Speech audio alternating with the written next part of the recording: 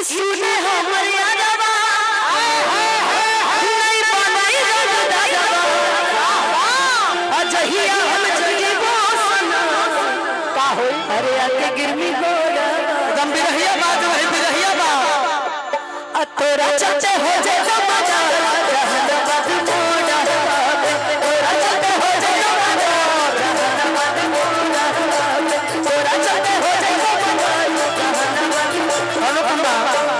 तारा से को बात पूछा तने हमार गाना हो स्टेज पे तना गई बाकी उम्मीद बा कि लोग सुन ले होई आता ना होई ठठारू कावला के बोलो कल है तना जाई बुझान रही फलवा जाई बुझान रही फलवा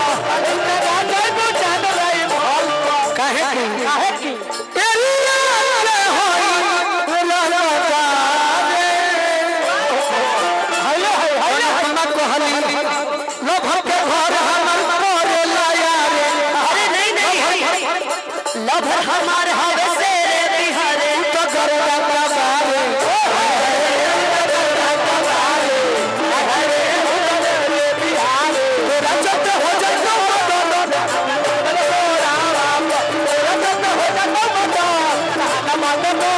अरे हमरा छोड़ी तो सजा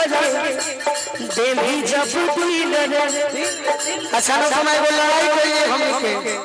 के जितना ये टेम्पू बा टेम्पू तो हमने तक 146 हुई यही टेम्पू में हमने के 4 गो गीत गावल जाओ देखी जे कि लोग के मजा आवता कि हमरा छोड़ी तो सजा के देवी जब दिल ले घर पे भी तोरा छोड़ जीना मुश्किल रे मुश्किल रे ये मुश्किल रे ये मुश्किल रे ये मुश्किल और तू ही दिल ही धोखा धोखा धोखा अरे पता ना दिल ही हमारा अरे के करो तो सब तबाह तबाह तोरा झूठा तोरा पे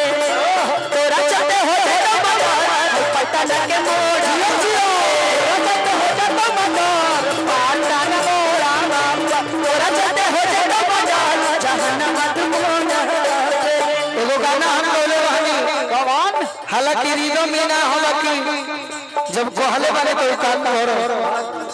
मरही के बाते सुन ले बारे सब तो हाथ उठा के बताई तनी अच्छा लगी मरही के बाते मर राजा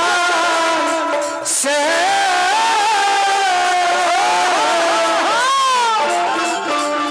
कहे के मुआवलू नजरिया के पास कहे के मुआवलू नजरिया के पास घर से निकललू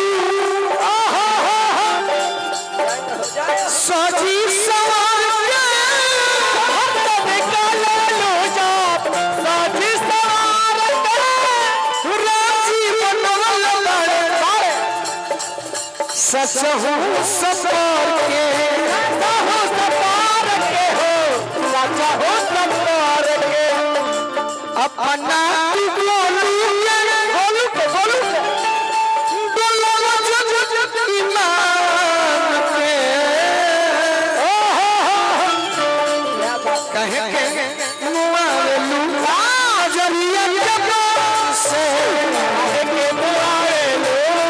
नजरिया के बात थोड़ा चलते हो जाता मजा जहानाबाद मोड़ा थोड़ा चलते हो जाता मजा चाहो ही आज छोड़ा हम दिलो जान से लड़े तो लड़े दुनिया जहान से दुनिया जहान से दुनिया जहान से दुनिया जहान से दुनिया जहान से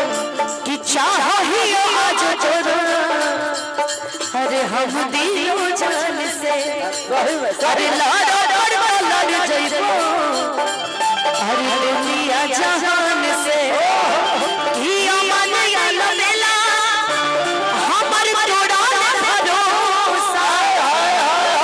अरे बगिया लगे गेलै चल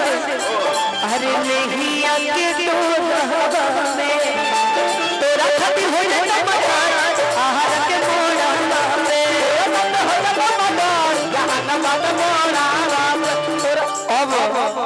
जौनी बाज बाजतिया बिरहिया है बिरहिया में चेंज के करी गोलू राजा कैसे नया हमारे को गीत होता मेहरारू कहतिया कुछ बात हो जाए मुलाकात हो जाए तनी धीर धरिया सैया कुछ बात हो जाए तनी धीर धरिया सैया रात हो जाए कि जरा दिया दिया दिया दिया ससुर जी के घर में ननद तो बैठिया कोठारी ऊपर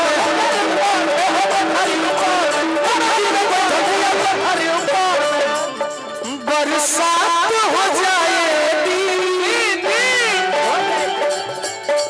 प्रेम के शुरुआत हो जाए तनी धीर धरिया सैया कुछ